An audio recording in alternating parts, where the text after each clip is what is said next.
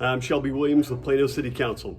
First things first tonight, Plano has a lot of football talent, but now we have a Stanley Cup champion. Congratulations to Plano native Blake Coleman with the Tampa Bay Lightning, who closed out and won the Stanley Cup tonight in Game 6, unfortunately against the Stars. But congratulations to Blake, who's the Stanley Cup champion. Moving on, the first thing on the preliminary open meeting was a discussion of campaign finance. This hinged on several things, such as a contribution cap, a discussion about PACs, including super PACs, which in the Citizens United case in 2010 was said that people can contribute any amount they want to a super PAC, but the super PAC cannot have any coordination with a campaign. Long story short, there was not enough support on council to move forward with the campaign finance ordinance. This brought us to backyard hens. There was also not enough support to move forward tonight, but there was enough support to explore it come the budgeting process next year. And while it's felt that given the current constraints on staff capacity, it would necessitate a full-time employee to handle the admittedly very incremental, very small number of additional work and number of complaints, et cetera, to animal services, I'd like to explore creative ways to not necessitate a full-time employee, maybe contracting with the county for a nominal amount. Anything we can do to mitigate that cost and still provide the freedom for a small number of backyard hens for Plano residents, which has no impact on neighbors, at least no more than existing dogs do. A small number of hens are no smellier and no noisier than a dog. In fact, considerably less, based on everything I've heard. We then moved to CARES Act funding. We are proposing $14,000 to the Frisco ISD within Plano because they have a need for PPE, and as yet undetermined amount to the Louisville ISD, which also has campuses in Plano. We've determined to use the rest for civil services, which is permitted under CARES Act, things like police and fire, the increased needs under the pandemic. And if it comes to the need to establish additional small business aid, we did determine that we can use the general fund from that. So it's kind of fungible. We're not going to lock ourselves out of additional small business relief if necessary. We put two items on a future agenda. I brought these up with Councilwoman 2. First is a zoning shot clock. This is precipitated by the discussion that we'll get to in a moment about Beacon Square, which development was approved in 2014, but nothing has happened with it since. So special districts, special zoning and planned developments mean that they don't conform to any existing zoning.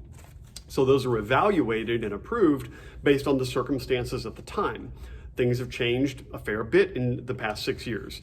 And so we want to have a shot clock for these. If you do not break ground, maybe even complete development within a certain number of years, then you've got to go back through the process again and get reapproval.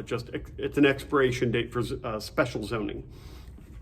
The second thing we want to put on a future agenda is discussion of term limits for council appointees. We have 3 appointees: the city manager, the city attorney, and the municipal court chief judge.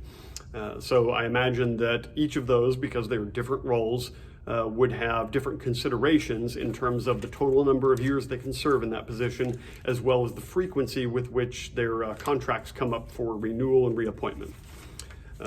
Moving on to the regular meeting, we had 2 proclamations. The first is that October 2020 is National Cybersecurity Awareness Month. Likewise, October 2020 is National Code Compliance Month. The first item for individual consideration was a specific use permit, an SUP, to operate a private school and an existing daycare off of Coit and Hedgecoats. Now, the total number of students allowed at that school has not changed. The maximum has not changed, but they will be permitted to have 49 students in a private school, which would reduce the total number of daycare students allowed by 49.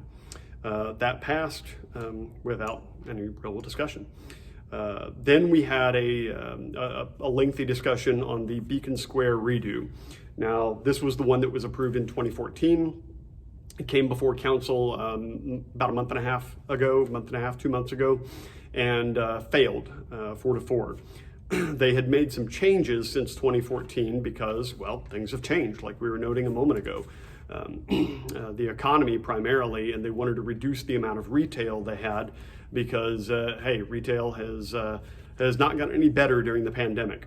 So tonight, it ultimately passed 5-3. One of the big concerns that was raised, which I shared, was the phasing. There, 1/4 of the proposed office space was required in phase 1.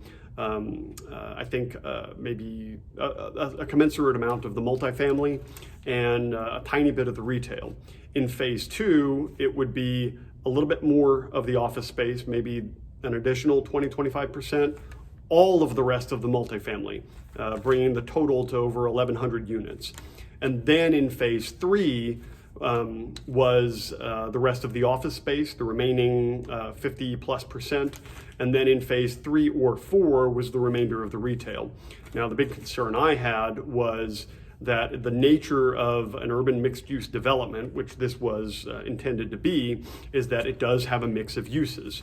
And with market conditions, I would want to see each of those uses, retail, residential, and office, grow commensurately with one another through each phase. But the phasing stayed the same, and the changes to the application that was made a couple of months ago were approved. Now, I would like to thank the developer and thank Lucy Billingsley for taking the time to meet with several of us and taking some of the suggestions to heart. One of the suggestions that I had when meeting with her was to take some of the live-work units, which had originally in 2014 been meant to be right along a retail area. Well, in the redo this year, they moved the retail all out front, but left the live-work units. Now, the nature of a live-work unit is somebody has a small shop or a studio where they do business and they live above it or in the back or both. But when you take the rest of the retail out of the equation, that would cause the traffic that would bring business to those live-work units to diminish. So they moved some of those live-work units out by the remaining retail to promote that traffic. So just want to say thank you to Lucy Billingsley for taking those considerations to heart. The last thing we addressed was extension of the city manager's authority under the pandemic.